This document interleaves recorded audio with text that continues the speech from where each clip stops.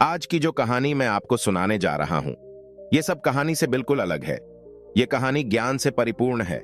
यह कहानी बहुत ही महत्वपूर्ण है। यह कहानी है 4 युगों की। हो सके तो कहानी को पूरा सुनिएगा। इससे पहले अभी तक आपने हमारे चैनल को सब्सक्राइब नहीं किया है तो सब्सक्राइब कर लें। चलिए कहानी शुरू करते हैं। एक समय की बात है, चारों युग यानी चारों भाई एक साथ बैठे हुए थे। तब आपस में चारों में वाद विवाद होने लगता है। सतयुग, त्रेता, द्वापर और कलयुग, चारों एक साथ बैठे हुए विवादों में उलझने लगे। सबसे पहले सतयुग कहने लगा कि अरे मूर्खों, तुम सब मुझसे छोटे हो, तुम मेरी बराबरी कैसे करने लगे। जब त्रेता युग ने यह बात सुनी तो कहने लगा कि तुम सबसे बड़े कैसे हो सकते हो, तुम सब में सबसे बड़ा तो मैं हूं, मैं ही सर्वश्रेष्ठ हूं, तुम मुझसे सर्वश्रेष्ठ नहीं हो सकते। तब तक द्वापर युग बोल उठा कि तुम सर्वश्रेष्ठ कैसे हो सकते हो, तुम सभी में श्रेष्ठ तो मैं हूं, तुम्हारा श्रेष्ठ होने का तो प्रश्न ही नहीं उठता। तब तक कलयुग कहने लगा कि तुम तीनों श्रेष्ठ बन रहे हो, परंतु हकीकत तो जानते ही नहीं, वास्तविकता में श्रेष्ठ तो मैं हूं। इस तरह से चारों युग आपस में झगड़ने लगे। तब चारों युगों ने फैसला किया कि हम आज से आपस में फैसला नहीं कर सकते। तब जाके चारों युगों ने आपस में निर्णय किया कि हम ऐसे फैसला नहीं कर सकते। हम में से कौन बड़ा है, कौन सर्वश्रेष्ठ है, इसका फैसला तो भगवान भोलेनाथ करेंगे। चलिए वहां चलते हैं, वही आदि और अनंत हैं। चलिए उन्हीं के पास कैलाश पर चलते हैं, वही हमें बताएंगे कि हम में कौन बड़ा है और कौन छोटा है। इसका निर्णय स्वयं भगवान शंकर करेंगे, इसका निर्णय हम नहीं कर सकते। चारों युगों ने मिलकर योजना बनाई कि चलिए कैलाश पर चलते हैं। चारों युग कैलाश पर्वत चले जाते हैं। जब वह कैलाश पर्वत पर पहुंचते हैं तो द्वारपाल उन्हें रोक लेते हैं। द्वारपाल कहते हैं कि तुम चारों कौन हो और कहां जा रहे हो। तो चारों युग कहने लगे कि हे द्वारपालों, हम भगवान शिव से मिलना चाहते हैं और हम 4 युग हैं, उन्हें हमारी आने की सूचना दीजिए। स्वयं नंदीश्वर महाराज भगवान शिव के पास आए और भगवान शिव से कहने लगे, हे प्रभु, हे कैलाशपति, आपसे चारों युग मिलना चाहते हैं। भगवान शिव कहते हैं कि जाओ, उन्हें सम्मान सहित हमारे समक्ष ले आओ। भगवान नंदेश्वर चारों युगों को लेकर पहुंच जाते हैं भगवान शिव के पास। भगवान शिव ने चारों को सम्मान सहित अपने दरबार में बैठाया। चारों लोग भगवान शिव को प्रणाम करते हैं। तब भगवान शिव ने चारों युगों से कहा कि आप सभी का हमारे दरबार में, हमारे कैलाश पर स्वागत है। कहो, वो तुम्हारे आने का क्या कारण है। तुम तो स्वयं ही कालचक्र हो, तुम तो स्वयं ही समय हो, फिर ऐसा क्या कारण है कि तुम्हें हमारे पास आना पड़ा। चारों युग कहते हैं कि हे सृष्टि के रचयिता, हे भगवान शिव, हम चारों में विवाद खड़ा हो गया है और हम उस विवाद का समाधान नहीं कर पाए, इसीलिए हम आपके पास आए हैं। अब हम आपसे निवेदन करते हैं और गुहार करते हैं कि हे भगवान, आप ही हमारा फैसला करें, आप हमारा न्याय करें और हमें बताएं कि हम चारों में सबसे बड़ा कौन है, हम चारों में सर्वश्रेष्ठ कौन है। भगवान शिव कहते हैं कि इसका फैसला तो तब होगा जब आप चारों अपना अपना फैसला सुनाएंगे। तब भगवान शिव सतयुग से कहते हैं कि हे सतयुग, तुम बताओ, तुम कैसे बड़े हो। तुम अपने आप को सर्वश्रेष्ठ बताने की कोशिश कर रहे हो, लेकिन वो कैसे, ये मुझे बताओ। तब भगवान शिव से सतयुग कहता है कि देखिए प्रभु, मेरी आयु सबसे ज्यादा है, मैं 17 लाख वर्ष का हूं और अन्य युग हमसे तो बहुत छोटे हैं, इसीलिए मैं इन सभी से लंबी आयु का हूं। तब तक कलयुग बोल उठा, कहने लगा कि हे प्रभु, व्यक्ति कभी आयु से बड़ा नहीं होता, व्यक्ति तो गुणों से बड़ा होता है प्रभु, मैंने तो यही सुना है। भगवान शिव ने कलयुग की दलील को माना और सतयुग से कहा कि सतयुग, तुम इस तरह तो बड़े नहीं हो। सतयुग कहने लगा कि हे प्रभु, मेरे युग में जो व्यक्ति हुए वो बड़े ही बलवान हुए, बड़े ही पराक्रमी हुए, वे पृथ्वी को उठा ले जाएं। ऐसे पराक्रमी और बलवान थे। और मेरे राज्य में, जब मेरा राज्य था, तो उसमें भगवान श्री हरि विष्णु ने कई अवतार लिए। देखिए प्रभु, नरसिंह अवतार मेरे ही काल में हुआ, वराह अवतार मेरे ही काल में हुआ, मत्स्य अवतार मेरे ही शासन काल में हुआ। तब तक त्रेता युग बोल उठा, नहीं प्रभु, क्या प्रभु श्री हरि विष्णु के अवतार होने से वो बड़े हो सकते हैं। तो प्रभु अवतार तो मर्यादा पुरुषोत्तम श्री राम का मेरे काल में भी हुआ था, जिन्होंने संसार को मर्यादा सिखाया। और बलवान की बात करते हो, कुंभकर्ण जैसे योद्धा, रावण जैसे योद्धा मेरे शासन काल में भी हुए। हे प्रभु, इस तरह से तो सतयुग बड़ा नहीं हो सकता, फिर इन सब में बड़ा तो मैं हूं। जब ये बात द्वापर युग ने सुनी तो द्वापर युग कहने लगे कि हे प्रभु, ये दोनों बड़े बन रहे हैं, परंतु ये दोनों बड़े कैसे हो सकते हैं। देखिए प्रभु, आप जानते हैं कि जब मेरा शासन काल आया तो मेरे काल में तो भगवान श्री कृष्ण जैसे अवतार पैदा हुए, जो कि 16 कला से संपूर्ण पार ब्रह्म परमेश्वर थे, जिन्होंने विराट रूप दिखाया, वैसा विराट रूप तो साक्षात भगवान विष्णु भी नहीं दिखा सकते। हे भगवान, योद्धाओं की बात करते हैं तो मेरे शासनकाल में बड़े बड़े योद्धा कंस, जरासंध, भीष्म पितामह और पांचों पांडव तो मेरे ही शासनकाल में हुए थे। प्रभु स्वयं बलराम मेरे ही शासनकाल में हुए थे। तो बताइए प्रभु कि मेरे शासनकाल में कौन सा योद्धा इनके योद्धाओं से कम था। हे प्रभु, इन सब में बड़ा तो मैं हूं। तब तक कलयुग बोल उठा। कलयुग कहता है कि हे प्रभु, मैं इनकी बातें मान लेता हूं। इनके शासनकाल में जो भी योद्धा हुए, जो भी अवतार हुए, उनमें बुद्धि नहीं थी, वह बिल्कुल मूर्ख थे। और जिनके शासनकाल में मूर्ख प्राणी पैदा हो, क्या वो बुद्धिमान हो सकते हैं? क्या वो सर्वश्रेष्ठ हो सकते हैं? कलयुग कहने लगा कि नहीं भगवान, मेरा शासनकाल सबसे अच्छा है। मेरे युग में व्यक्ति दुखी नहीं पा सकता। अच्छे अच्छे और नई नई तकनीकों से परिपूर्ण मेरा युग, मेरा शासनकाल सभी में सर्वश्रेष्ठ है। जब भगवान शिव ने चारों युग, सतयुग, त्रेता, द्वापर और कलयुग चारों की वाणी सुनी, चारों के उत्तर सुने, चारों की बहस सुनी, तो भगवान शिव अपने मन में विचार करने लगे और सोचने लगे कि इनका फैसला कैसे किया जाए। पास में ही माता पार्वती बैठी थी। माता पार्वती कहती हैं कि हे प्रभु, अगर आप ही इनका फैसला नहीं कर पाए तो फिर इनका फैसला कौन करेगा? फिर तो चारों भाई आपस में ही मर जाएंगे। हे महादेव, इसीलिए आप ही इनका फैसला कीजिए।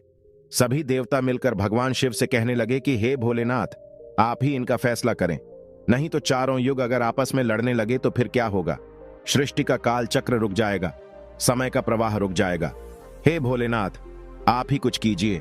भगवान शिव कहते हैं कि ठीक है, मैं समस्त गणों की बात मानता हूं, मैं इन चारों युगों का फैसला करूंगा। भगवान शिव ने चारों युगों से कहा कि चलो ठीक है, मैं तुम चारों की परीक्षा लूंगा और जो परीक्षा में सफल हुआ वही सबसे बड़ा होगा। सतयुग बोल उठा कि हे भगवान, आप जो चाहे वो परीक्षा ले लीजिए, लेकिन सबसे बड़ा तो मैं ही रहूंगा। कलयुग कहता है कि हे प्रभु, हम भी परीक्षा देने के लिए तैयार हैं, आप तो बस परीक्षा लीजिए। चारों युग पर परीक्षा देने के लिए तैयार हो जाते हैं। भगवान शिव ने 100 टन वजन का एक परसा लिया, लोहे का परसा, और कैलाश पर्वत के नीचे एक तलहटी में रख दिया और उस परसा के पास में ही एक चावल का ढेर लगा दिया। भगवान शिव ने चारों युगों को बुलाया और कहा कि तुम चारों यह देख रहे हो, तुम्हारा परीक्षा अभी हो जाएगा। भगवान शिव सतयुग से कहते हैं कि सतयुग, मेरे 500 गण यहां बैठे हैं और इस परसा में रखे हुए चावल को बनाना है, तो इन चावलों को तुम्हारे युग का व्यक्ति ही बनाएगा और मेरे यहां जितने गण हैं वो सब भोजन करेंगे। भगवान शिव कहते हैं कि हे सतयुग, तुम तुम्हारे युग का व्यक्ति बनाओ और उसे भोजन बनाने के लिए भेज दो, और हम सभी लोग यहां खड़े होकर देख रहे हैं। जब भगवान शिव की बात सतयुग ने सुनी तो एक बहुत बड़ा बलवान योद्धा सतयुग ने बनाया और कह दिया कि जाओ बेटे, इस परसा में चावल बनाओ और बनाकर के भगवान शिव के इन सभी गणों को भोजन कराओ।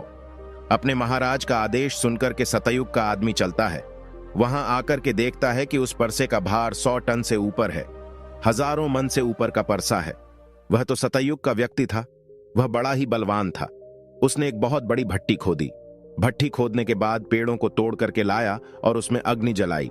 अग्नि जलाने के बाद परसे को एक हाथ से उठाया और उठा करके भट्टी पर रख दिया और चावल उठाया और परसा में डाल दिया, पानी डाल दिया और चावल बना डाला। जब बहुत विशाल परसा में चावल बन गए तो उस व्यक्ति ने, जो सतयुग का था, समस्त गणों को बैठाया, पत्तल दिया और चावलों से भोजन करा दिया। उसने अपना कार्य पूरा करके अपने मालिक सतयुग के पास आया और कहने लगा कि हे प्रभु, मैं जा रहा हूं, अब मेरा काम हो गया है। भगवान शिव और अन्य लोग देख रहे थे। भगवान शिव त्रेता युग से कहते हैं कि हे त्रेता, अब तुम अपने युग के व्यक्ति को भेजो और ये परसा जो रखा हुआ है, इसे मैं अपनी माया से हटा देता हूं और दूसरा इसी के समान परसा बना देता हूं। अब तुम अपने युग के व्यक्ति से इस चावल को बनवाओ और मेरे 500 गणों को भोजन करवाओ। तो त्रेता युग ने कहा कि ठीक है प्रभु, जैसी आपकी आज्ञा। तो त्रेता युग ने भी अपना एक महान योद्धा कुंभकर्ण जैसा बलवान प्रकट किया और उसको आदेश दिया कि जो तलहटी में नीचे हजारों टन का परसा रखा हुआ है, इसमें हजारों मन पास में जो चावल रखा है, उसे बनाना है, पकाना है, और जब चावल पक कर के तैयार हो जाए तो इन 500 गणों को खाना खिलाना है। त्रेता युग का व्यक्ति भी बड़ा ही बलवान था। वह चलता है, उस परसे के पास आया, पास में एक भट्ठी खोदी और उस परसा को दोनों हाथों से ताकत लगाई और उठाकर के भट्ठी पर रख दिया और ऊपर से रखने के बाद अग्नि जलाई और अग्नि जलाकर उसमें चावल डाला, पानी डाला, चावल पक करके तैयार हो गए। उस त्रेता युग के व्यक्ति ने उस परसा से निकाला और निकाल करके जितने भी भगवान शिव के गण थे उन सबको खाना खिलाया, और भोजन करने के बाद सभी गण वापस कैलाश पर्वत पे आ गए। भगवान शिव ने फिर अपनी शक्ति से उस परसे को समाप्त कर दिया। भगवान शिव द्वापर युग से कहते हैं कि द्वापर, ये दोनों युग अपनी अपनी परीक्षा दे चुके हैं, अब तुम्हारी बारी है। देखिए, इतना ही बड़ा परसा उस तलहटी में तुम्हें दिखाई दे रही है और हजारों मन चावल रखे हुए हैं, और तुम्हें मेरे 1500 गणों को भोजन कराना है। द्वापर युग कहने लगा कि ठीक है प्रभु, आपकी जैसी इच्छा। मैं पूरा प्रयत्न करूंगा कि मेरे युग का जो व्यक्ति है आपके सभी गणों को खाना खिला सके। द्वापर युग ने भी एक भीम जैसे अवतार वाला बड़ा ही ताकतवर बलवान व्यक्ति को बना करके खड़ा कर डाला और उससे कहा कि जाइए, देखिए तलहटी में परसा रखा हुआ है, वहां रखे परसे में उस चावल को बनाना है और बनाकर इन सभी गणों को भोजन कराना है। वह व्यक्ति अपने प्रभु से कहता है कि ठीक है प्रभु, जैसी आपकी आज्ञा। द्वापर युग का व्यक्ति चलता है। उसने देखा कि परसा तो कुछ आकार में बड़ा है, उठाने में ताकत लगानी पड़ेगी, परंतु उसने भट्ठी खोदी और लकड़ियों की व्यवस्था की और उस परसे को दोनों हाथों से उठाया और उस परसे को अपना पूरा दम लगाकर दोनों हाथों से उठाया। क्योंकि उसे सतयुग और त्रेता युग के व्यक्ति उठा सकते थे तो उसे बहुत ताकत लगानी पड़ी। पूरी ताकत लगा के उसने उस परसा को उठाया और उठा करके जैसे तैसे खींच खांच कर उसे भट्टी बना दिया। नीचे अग्नि लगाई, उसमें चावल डाल दिए और जब चावल पक गए तो वही तरीका उसने भगवान शिव के सभी गणों को भोजन कराया। खाना खिलाने के बाद वह द्वापर युग का व्यक्ति अपने मालिक के पास आता है और कहता है कि प्रभु, मैंने अपना काम कर दिया। द्वापर युग ने उसकी पीठ थपथपाई और कहा, शाबाश, अब तुम जा सकते हो। अब भगवान शिव कहते हैं कि हे कलयुग, अब तुम्हारी बारी है। परसा तुम देख रहे हो, उसका वजन कम नहीं होगा, उसका वजन उतना ही रहेगा, 1000 टन। लेकिन जब तुम्हें परीक्षा देनी है, तुम मानने को तैयार नहीं थे कि तुम सबसे छोटे हो, लेकिन तुमने तो माना नहीं। तुम्हारे आदमी की आयु भी मात्र 100 वर्ष है, जबकि अन्य युगों की आयु सबसे अधिक होती है। सतयुग की आयु 1,00,000 वर्ष होता है, त्रेता युग में 10,000 वर्ष होती थी और द्वापर युग में 1,000 वर्ष होती थी। और ये कलयुग तुम्हारे शासनकाल में तो मात्र 100 वर्ष ही है और तुम्हारा आदमी भी छोटा है। जब भगवान शिव की बातें कलयुग ने सुनी तो कलयुग कहता है कि प्रभु ठीक है, मैं आपकी बात मानता हूं, लेकिन आप पहले ही मुझे इस तरीके से हताश मत कीजिए। प्रभु, आप तो एक न्यायकर्ता है, आप तो एक जज हैं, सबको मौका दिया जाए। परीक्षा के लिए आप मुझे भी परीक्षा देने का मौका दीजिए, हम भी परीक्षा देकर देखेंगे। यदि हमसे नहीं हो पाया तब जाके हम मानेंगे। भगवान शिव कहते हैं ठीक है, तुम अपना आदमी बुला लो।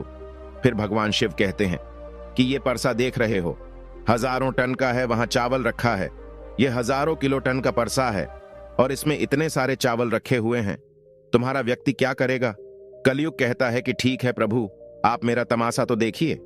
तीनों युग हंसने लगे। भगवान शिव भी उसकी बातों को सुनकर अचंभित थे। भगवान शिव सोच रहे थे कि क्या कलयुग का व्यक्ति इतने 1000 किलो टन का परसे को उठा पाएगा। कलयुग ने बड़ा ही बुद्धिमान व्यक्ति को पैदा किया, बड़ा ही तीव्र व्यक्ति था, बहुत ज्यादा सोचने वाला व्यक्ति था। सभी गुणों से संपन्न व्यक्ति को कलयुग ने पैदा किया और पैदा करके व्यक्ति से कहा कि बेटे, तुम्हें अपनी शक्ति दिखानी है, परीक्षा का समय है। यदि तुम इसमें असफल हो गए तो मैं सबसे छोटा हो जाऊंगा। वह व्यक्ति अपने महाराज से कहता है कि महाराज, इस एक परसा की बात करते हैं, आप ऐसा 1000 परसा यदि हमारे सामने हो तो भी कुछ भी नहीं कर सकते। जब उस व्यक्ति की बात तीनों युगों ने सुना तो वह हंसने लगे। कह रहे थे कि आज छोटा सा व्यक्ति जिसकी लंबाई मात्र 3 हाथ है, ये क्या करेगा, जबकि हमारे युगों की लंबाई तो बहुत हुआ करती थी। ये बात तो बिल्कुल सच है।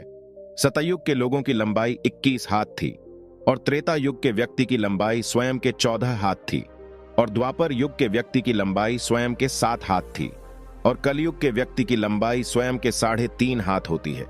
तीनों युग बड़ी जोर जोर से हंस रहे थे। कलयुग कहता है कि आप बस देखते रहिए, मैंने अपने लड़के को भेज दिया है। कलयुग का आदेश पाकर के वह कलयुग का व्यक्ति, तीव्र बुद्धि वाला व्यक्ति उस तलहटी में आया। तलहटी में करके उसने देखा कि परसा का वजन तो बड़ा ही विशाल है, मैं इसे उठा नहीं पाऊंगा। तो उस व्यक्ति ने दिमाग लगाया, उस परसे के नीचे मिट्टी खोदना शुरू कर दिया। परसा तो उसने हिलाया भी नहीं और उसके नीचे भट्ठी खोदकर तैयार कर दिया। लकड़ियों की व्यवस्था करने में उसे तब थोड़ा सा भी समय नहीं लगा, क्योंकि लकड़ियां वही रखी हुई थीं। उसने उन लकड़ियों को उठा लिया और उस भट्ठी में आग जला दी। परसा में चावल डाला, पानी डाला और बस कुछ ही समय में चावल पक करके तैयार हो गए। वह कलयुग का व्यक्ति कितना दिमाग वाला था, उसने कुछ भी नहीं किया। परसा के नीचे भट्ठी खोद दी और उसमें आग जला दी, चावल को डाल दिया और चावल में पानी डाला और चावल पक भी गया। जब चावल पक गए तो भगवान शिव के गणों को एक कतार में बैठा दिया। उन गणों से कहा कि आप मेरा साथ दें और इन चावलों को आपस में परोस दीजिए। भगवान शिव के 4 विशाल गण चलते हैं और उन चावलों को बाल्टियों में भर भर के सभी गणों को परोस दिया। तब कलयुग कहता है कि अब आप सब भोजन कर सकते हैं। भगवान शिव के सभी गण खुशी खुशी भोजन करते हैं। कलयुग का मनुष्य उन 4 शेष बचे गणों को भी भोजन कराया। भोजन कराने के बाद उस परसे को साफ किया और परसा वहीं छोड़ दिया और उसका काम पूरा हो गया। वो अपने महाराज कलयुग के पास आया और आकर के कलयुग से कहा कि हे प्रभु, मैंने आपका काम कर दिया है। कलयुग बहुत खुश था। वह उसका पीठ थपथपाता है और कहने लगा, वाह शाबाश, आपने मेरी लाज रख ली, आपने मेरी परीक्षा पास कर ली। भगवान शिव और तीनों युग देख करके अचंभित रह गए। कलयुग कहने लगा कि हे भगवान शिव, अब आप निर्णय कीजिए कि हम में से बड़ा कौन है। भगवान शिव मन में विचार करने लगे और सोच करके जवाब दिया। भगवान शिव कहते हैं कि मैंने तुम चारों की परीक्षा देखी। जब सतयुग का व्यक्ति आया तो उसने अपनी ताकत लगाई और ताकत लगा के फरसे को उठा करके अग्नि पे रख दिया और स्वयं ही मेरे सभी गणों को चावल परोसा। जब त्रेता युग की बारी आई तो उस व्यक्ति ने भी बिल्कुल ऐसा ही किया। परसे को उठाया, भट्टी पे रखा, उसमें चावल डाला, पानी डाला और उसे पकाया और सबको खिलाया। और इसी तरीके से द्वापर युग के व्यक्ति ने भी किया। परंतु तुम देखते नहीं कि मात्र 3.5 हाथ का व्यक्ति, इसकी बुद्धि देखिए, कितना तीक्ष्ण, कितना विशाल परसा था। शायद उसे हिला भी नहीं सकता था। उसने उस परसे में चावल बना लिया। मेरे इतने गण थे कि अगर वो बाल्टियों से परोसता तो वो शायद परेशान हो जाता। तो देखी उसकी बुद्धि। उसने उनमें से ही 4 गण अपनी सहायता के लिए बुलाए और चारों गणों से भोजन परोसवाए और स्वयं ही बैठा रहा। ये तो बड़ा बुद्धिमान व्यक्ति हुआ, ये तो बड़ा ही बुद्धिमान युग हुआ। भगवान शिव कहते हैं कि कलयुग बड़ा ही बुद्धिमान व्यक्तियों का युग होगा। इसमें मशीनों का आविष्कार होगा, बड़े बड़े दिमागधारी होंगे। भगवान शिव कहते हैं कि तुम सब जैसा शासन करते आए हो, चलो ठीक है। तुम सत्य, धर्म और निष्ठा पी रहे हो, चलो ठीक है। लेकिन तुम्हारे युग के व्यक्तियों में बुद्धि का अभाव था। उन्होंने कभी अपनी बुद्धि का उपयोग नहीं किया।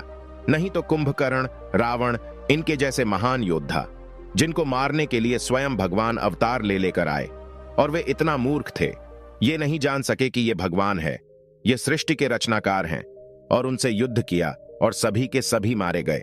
कलयुग के व्यक्तियों को देखो, आप कितना बुद्धिमान हैं, और आगे आने वाले युगों में, आगे आने वाले कलयुग के राज्य में वैसे ही बुद्धिमान व्यक्ति देखने को मिलेंगे। तो भगवान शिव ने फैसला किया कि तुम चारों में सबसे बड़ा कलयुग होगा। कलयुग मशीनों का युग होगा। कली का नाम है मशीन और युग माने समय। कलयुग मशीनों का समय होगा। इस समय बड़े बड़े मशीनों का आविष्कार होगा, जो कि सतयुग, त्रेता युग और द्वापर युग में नहीं हो पाएगा। भगवान शिव की बात सुनकर के वह चारों युग भगवान शिव की बात मान लेते हैं और चारों युग अपने अपने धामों को और अपने अपने राज्यों को लौट जाते हैं। तो आपने देखा कि कैसे भगवान शिव ने चारों युगों का फैसला किया। हम आशा करते हैं कि आपको इस कहानी से बहुत कुछ सीखने को मिला होगा।